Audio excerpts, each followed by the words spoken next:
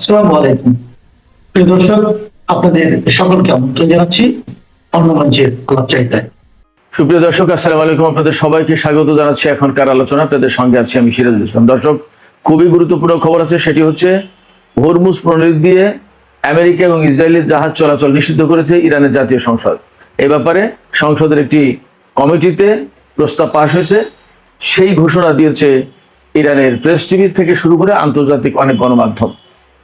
এদিকে মার্কিন president Donald Trump যে দাবি করেছেন যে হরমুজ প্রণালী আমেরিকার কন্ট্রোলে আছে এবং হরমুজ প্রণালী উন্মুক্ত আছে, জাহাজ চলাচল স্বাভাবিক আছে, সেই কথা ইরানের আইআরজিসি একদম নাকচ করে দিয়ে বলেছে যে জাহাজ চলাচল পর্যবেক্ষণকারী যে সংস্থা কেপলার, তাদের তথ্যই বলছে গতকাল বৃহস্পতিবার হরমুজ প্রণালীতে মাত্র 9টা জাহাজ চলাচল করেছে। তাহলে হরমুজ প্রণালী খোলা থাকলো কোথায় এবং আমেরিকার নিয়ন্ত্রণে কিভাবে হরমুজ প্রণালী থাকলো?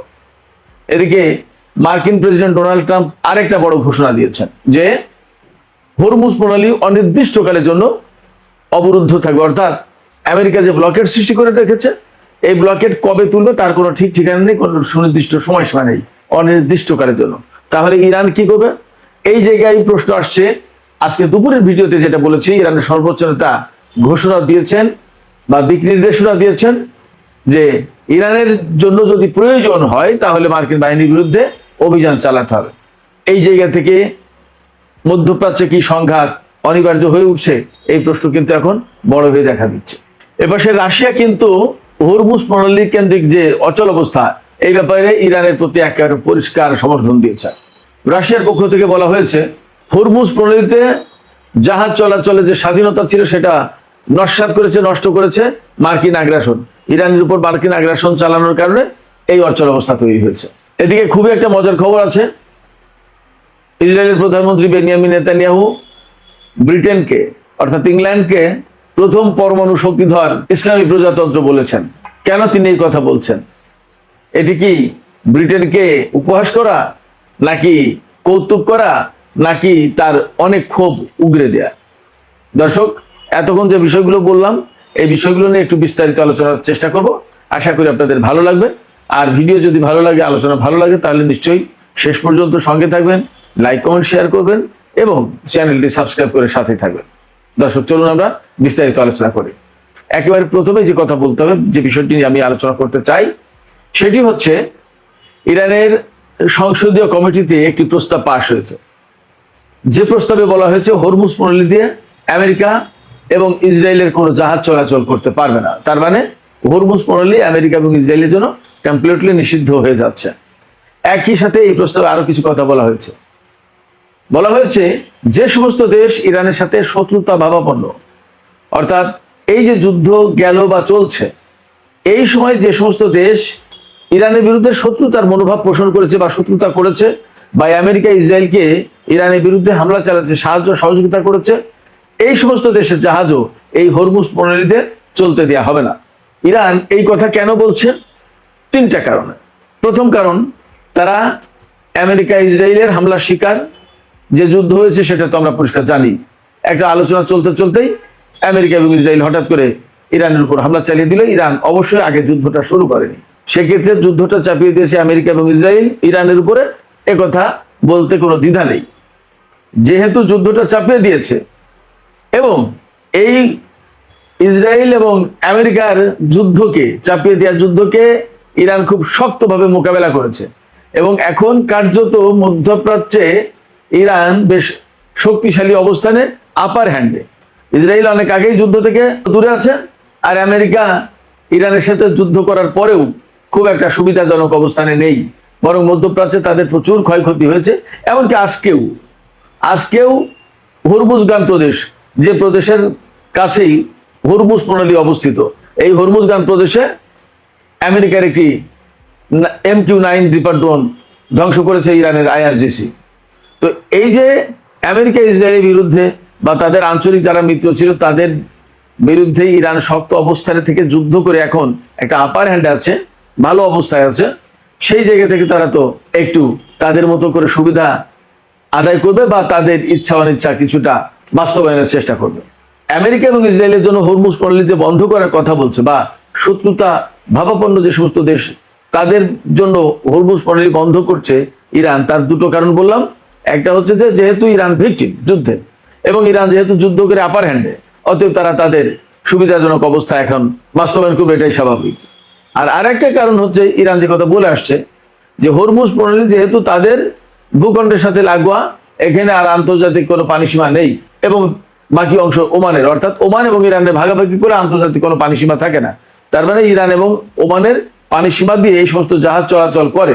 সেক্ষেত্রে তারা তো সিদ্ধান্ত নিতেই পারে পরিস্থিতি অনুযায়ী অন্তত, যে তারা কার জাহাজ চলাচল করতে দেবে, কার জাহাজ চলাচল করতে দেবে না, কোন জাহাজ থেকে টোল নেবে, কোন জাহাজ থেকে টোল নেবে না, টোল আদৌ নেবে নাকি নেবে না, এই সমস্ত সবকিছু সিদ্ধান্ত তারা নিতে পারে।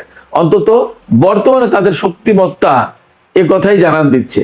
এবং সম্ভবত হরমুজ প্রণালী আটকে দিয়ে ইরান যে মধ্যপ্রাচ্যে একটা বড় শক্তি এবং বড় শক্তি হিসেবে আবির্ভূত হয়েছে, তারও প্রমাণ এবং তারও নজির স্থাপন করার চেষ্টা করছে। এখন ইরানের পক্ষ থেকে যে সিদ্ধান্ত নেওয়া হয়েছে যে হরমুজ প্রণালীতে আমেরিকা এবং ইসরায়েলের জাহাজ চলাচল করতে পারবে না, এবং ইরানের সাথে যে সমস্ত দেশ বৈরী মনোভাব পোষণ করে, শত্রুতা পোষণ করে, তাদেরও জাহাজ চলতে দেওয়া হবে না। ব্যাপারটা যদি তাই হয় তাহলে কি দাঁড়াচ্ছে? একটা বিষয় হতে পারে যে প্রচন্ড রকমের যুদ্ধ, অর্থাৎ জীবন মরণ লড়াই হবে মধ্যপ্রাচ্যে এই হরমুজের দখল নিয়ে। আর না হয় আমেরিকা, ইসরায়েল এবং অনেককে ইরানের কথা মতোই চলতে হবে, চুপ থাকতে হবে, এবং কাউকে কাউকে এখান থেকে চলে যেতে হবে। কিন্তু কাউকে কাউকে এখান থেকে চলে যেতে হবে, এই ব্যাপারটা খুব সহজ না। আমেরিকা সেটা খুব সহজে মানবে না, যার কারণে তারা ঘোষণা দিচ্ছে যে হরমুজের উপরে অনির্দিষ্টকালের জন্য ব্লকেড থাকবে। হরমুজের উপর যদি ব্লকেড থাকে তাহলে ইরান স্বাভাবিকভাবেই রিয়াকশন দেখাবে, রিয়াক্ট করবে। তারা বলবে প্রণালী আমার, এখান থেকে কে যাবে কে যাবে না সেটা তো আমি সিদ্ধান্ত নেব, তুমি আমার উপরে আমার জাহাজ পরিচালনা করতে পারবো না, সেই নিষেধাজ্ঞা দেওয়ার কে? অতএব এখানে একটা সংঘাত অনিবার্য। এখন জানি না আগামী রোববারে ইসলামাবাদ সমঝোতা স্মারকের মেয়াদ শেষ হয়ে যাবে, আজকে শুক্রবার চলে যাচ্ছে। সেক্ষেত্রে ইরান এবং আমেরিকার মধ্যে প্রচন্ড রকমের নতুন করে সংঘাত সৃষ্টি হতে যাচ্ছে, নাকি যেভাবে আছে এভাবেই চলতে চলতে চলতে একসময় সবকিছু স্বাভাবিক হয়ে যাবে, পরিষ্কার না। তবে আশঙ্কা আছে যুদ্ধ সংঘাতের। আমেরিকা যেহেতু সারা বিশ্বের 1 নম্বর শক্তি হিসেবে নিজেদেরকে দাবি করে আসছে এত বছর, সেক্ষেত্রে, এবং ইরানকে তারা অনেকটা তুচ্ছতাচ্ছিল্য করেছে, ইরানের উপরে হেন নিষেধাজ্ঞা নেই যা চাপিয়ে দেয়নি, ইরানকে কোন ঠাসা করার জন্য, একঘরে করার জন্য এমন কোনো কর্মকাণ্ড নেই যা তারা করেনি। এত কিছুর পরে তারা এখন মধ্যপ্রাচ্যে ইরানের এই মাতব্বরি, তাদের প্রাধান্য, এগুলো কি আমেরিকা মেনে নিতে চাইবে, ইসরায়েল মেনে নিতে চাইবে? মনে হয় না। আর যদি মেনে নেয় তাহলে তো তাদের রাজনৈতিক মৃত্যু হবে, আমেরিকাকে এই অঞ্চল থেকে বিদায় নিতে হবে, এবং ইসরায়েল তার অস্তিত্বের সংকটে পড়বে। এই জায়গা থেকে মোটামুটি একটা কনক্লুশনে আসা যায় যে যুদ্ধ, বড় রকমের যুদ্ধ অনিবার্য হয়ে উঠছে। আমেরিকা তার দখল ছাড়বে না বলে হরমুজ প্রণালীতে অনির্দিষ্টকালের জন্য ব্লকেট দিচ্ছে, আর ইরান বলছে হরমুজ প্রণালী আমাদের, এখানে ইসরায়েল এবং আমেরিকা যেতে পারবে না, জাহাজ চালাতে পারবে না। এই যে দুই শক্তির পরস্পর বিরোধী অবস্থান, এই অবস্থানের কারণে সংঘাত অনিবার্য হয়ে উঠছে। এদিকে হরমুজ প্রণালীতে যখন এরকম অবস্থা, মার্কিন প্রেসিডেন্ট যখন দাবি করছে যে হরমুজ প্রণালী আমেরিকার কন্ট্রোলে আছে এবং হরমুজ প্রণালী দিয়ে জাহাজ চলাচল, তেল প্রবাহ স্বাভাবিক রয়েছে, তখন কেপলার আন্তর্জাতিক একটা সংস্থা, ব্রিটেনের সম্ভবত, এই সংস্থা জাহাজ চলাচল সমস্ত সবকিছু পর্যবেক্ষণ করে, কোন সমুদ্র রুটে কতটা জাহাজ চলাচল করলো, কোথায় কি হলো না হলো, এই সমস্ত বিষয়। তারা বলছে গতকাল বৃহস্পতিবার 13ই আগস্ট মাত্র 9টা জাহাজ চলেছে হরমুজ প্রণালী দিয়ে চলাচল করেছে, যেখানে যুদ্ধের আগে প্রতিদিন 130 থেকে 140টা জাহাজ চলাচল করতো, সেখানে দিনে মাত্র 9টা জাহাজ চলাচল করেছে। তাহলে স্বাভাবিক থাকলো কোথায়? এবং এই সমস্ত জাহাজ যেগুলো ইরানের কথা না শুনছে তাদের উপর হামলা চালানো হচ্ছে, ইরানের দেখানো পথেই যাওয়া আসা করতে হচ্ছে, তাহলে আমেরিকার কন্ট্রোল থাকলো কোথায়? বাস্তবতা হচ্ছে হরমুজ প্রণালীতে মারাত্মক রকমের অস্বাভাবিক অবস্থা আছে, অচল অবস্থা আছে। এই অচল অবস্থা কেন সৃষ্টি হলো, তার জন্য আমেরিকাকে দায়ী করেছে রাশিয়া। তার মানে রাশিয়া কিন্তু একদম সরাসরি ইরানকে সাপোর্ট দিয়েছে। জাতিসংঘে নিযুক্ত রাশিয়ার রাষ্ট্রদূত মিখাইল উলাইয়ানভ তিনি বলেছেন যে আমেরিকা এবং ইসরায়েল ইরানের উপরে আগ্রাসন চাপিয়ে দেওয়ার কারণে, একদম সরাসরি আগ্রাসন শব্দটা বলেছেন, এই হরমুজ প্রণালীতে অস্থিতিশীলতা সৃষ্টি হয়েছে, সংকট সৃষ্টি হয়েছে, এবং তাদের যুদ্ধের কারণেই হরমুজ প্রণালীতে জাহাজ চলাচলের নিরাপত্তা, স্বাধীনতা, সমস্ত সবকিছু বিনষ্ট হয়েছে। রাশিয়ার এই সমর্থনটা কিন্তু বিরাট বড় ব্যাপার। এর 3-4 দিন আগে কিন্তু চীনের প্রেসিডেন্ট শি জিনপিং বলেছেন হরমুজ প্রণালীতে ইরানের সার্বভৌমত্ব রয়েছে। রাশিয়া এবং চীন যখন এই বক্তব্য দিচ্ছে তখন কিন্তু ইরানের অবস্থান আরো বেশি শক্ত হচ্ছে, এবং এর মানে কিন্তু একটা বড় রাজনৈতিক বার্তা রাশিয়া এবং চীনের পক্ষ থেকে। অর্থাৎ এই হরমুজকে কেন্দ্র করে ইরান এবং আমেরিকার মধ্যে যদি বড় কোনো সংঘাত হয়, তাহলে সেই সংঘাতের বিপক্ষে রাশিয়া এবং চীন অবস্থান করছে, এটা পরিষ্কার করলো। পাশাপাশি এই হরমুজ প্রণালীর দখলে যদি না থাকে ইরানে, তাহলে কিন্তু চীনের স্বার্থ নষ্ট হয়ে যাবে, রাশিয়ার স্বার্থও তাই। সেক্ষেত্রে যদি বড় কোনো সংঘাত শুরু হয়, আর যদি প্রয়োজন হয় চীন এবং রাশিয়ার সমর্থন, প্রয়োজনে সামরিক সমর্থন, তাহলে হয়তো তারা দিতে প্রস্তুত। সেই বার্তাও মনে হয় এই কথার ভিতর দিয়ে বেইজিং এবং মস্কো নিশ্চিত করলো। এদিকে হরমুজ প্রণালী নিয়ে যখন এরকমের টান উত্তেজনা, কার দখলে থাকবে হরমুজ প্রণালী সেটা নিয়ে যখন নানামুখী তৎপরতা, তখন আরো দুটো খবর এসেছে। একটা খবর হচ্ছে ইরানের হরমুজ গান প্রদেশে একটা মার্কিন MQ-9 রিপার ড্রোন ভূপাতিত করেছে IRGC। খেয়াল করুন, তার মানে ইরানের ভূখণ্ডের ভিতরে আমেরিকা ড্রোন প্রবেশ করানোর চেষ্টা করেছে। এই ড্রোনের মূল লক্ষ্য ছিল গোয়েন্দা তথ্য সংগ্রহ করা। তো আমেরিকা যদি ইরানের ভেতর থেকে গোয়েন্দা তথ্য সংগ্রহ করার চেষ্টা করে, তার মানে হচ্ছে ইরানের বিরুদ্ধে তারা হামলার পরিকল্পনা করছে, হামলার জন্য প্রয়োজনীয় তথ্য সংগ্রহের চেষ্টা করছিল। সেই ড্রোন ভূপাতিত করেছে ইরানের IRGC, এবং IRGC এই যে ড্রোন ভূপাতিত করলো, তার মানে হচ্ছে IRGC সদা প্রস্তুত। এবং এর সাথেই সম্ভবত রিলেট করা যাচ্ছে ইরানের সর্বোচ্চ নেতা আয়াতুল্লাহ সাইয়েদ মুস্তফা খামেনি যে নির্দেশনা দিয়েছেন যে আমেরিকার বিরুদ্ধে যদি প্রয়োজন হয়, তাহলে ইরানের সামরিক বাহিনী যেন অভিযান শুরু করে।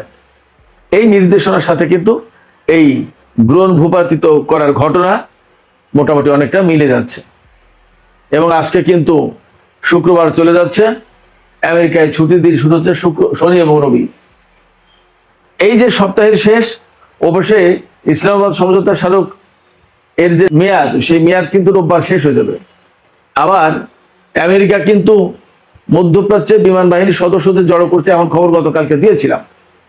এইরকম একটা প্রেক্ষাপটে মনে হচ্ছে, একটা আশঙ্কা তৈরি হচ্ছে যে শনি রবি যে কোনো দিন, এমনকি আজকের রাতের পরেই ইরানের সাথে আমেরিকার নতুন করে সংঘাত শুরু হলেও হতে পারে, অসম্ভব কিছু না। এদিকে সেনকমের প্রধান অ্যাডমিরাল ব্র্যাড কুপারের সাথে সৌদি যুবরাজ মোহাম্মদ বিন সালমান বৈঠক করেছেন। এই বৈঠকে কি কথা হয়েছে তা পরিষ্কার না জানা গেলেও মোটামুটি এই কথা জানা গেছে যে আঞ্চলিক নিরাপত্তা ইত্যাদি ইত্যাদি, যুদ্ধ পরবর্তী বর্তমান যে অবস্থা, এই সমস্ত নিয়ে আলোচনা হয়েছে। সম্ভবত ডোনাল্ড ট্রাম্পের পক্ষ থেকে ব্র্যাড কুপার সৌদি যুবরাজের সাথে বৈঠক করেছেন। এই যে তুরস্ক, পাকিস্তান এবং সৌদি আরবের ভেতরে যে নিরাপত্তা চুক্তি হলো, বক্কা চুক্তি হলো, এই ব্যাপার হয়তো আরো কিছু বিষয় নিয়ে আলাপ আলোচনা করেছেন।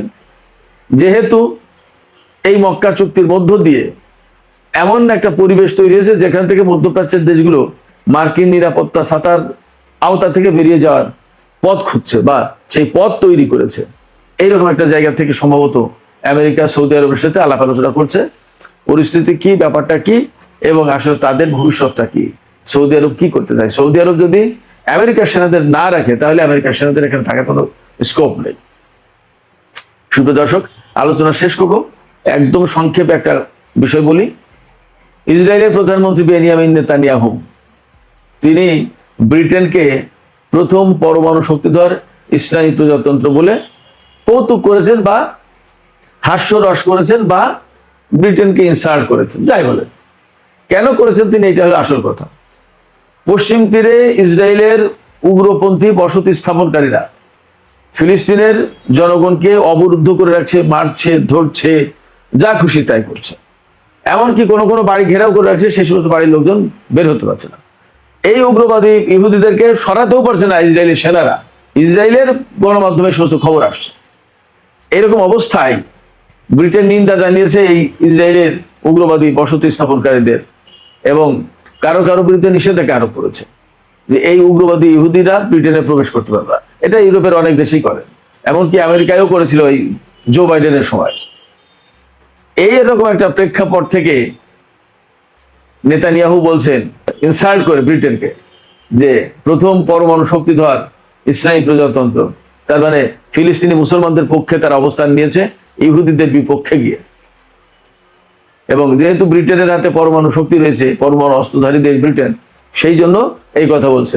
ইরান এর ভিতর দিয়ে কিন্তু বেসিক্যালি ইরানকেও একটা ইঙ্গিত করা হয়েছে। তো যাই হোক ফ্যাক্ট হচ্ছে যে সারা বিশ্বেই ইসরায়েলের বিরুদ্ধে আসলে মনোভাব তৈরি হচ্ছে এবং ফিলিস্তিনি নিপীড়িত নির্যাতিত ফিলিস্তিনিদের পক্ষে মতবাদ তৈরি হচ্ছে, তাতে কোনো সন্দেহ নেই। আমরা অপেক্ষা করি, দেখা যাক ফিলিস্তিনি এই সংকটের শেষ কোথায়। সুপ্রিয় দর্শক, আলোচনা শেষ করব। আলোচনা শেষের আগে আপনাদের কাছে আপনাদের মতামত জানতে চাই।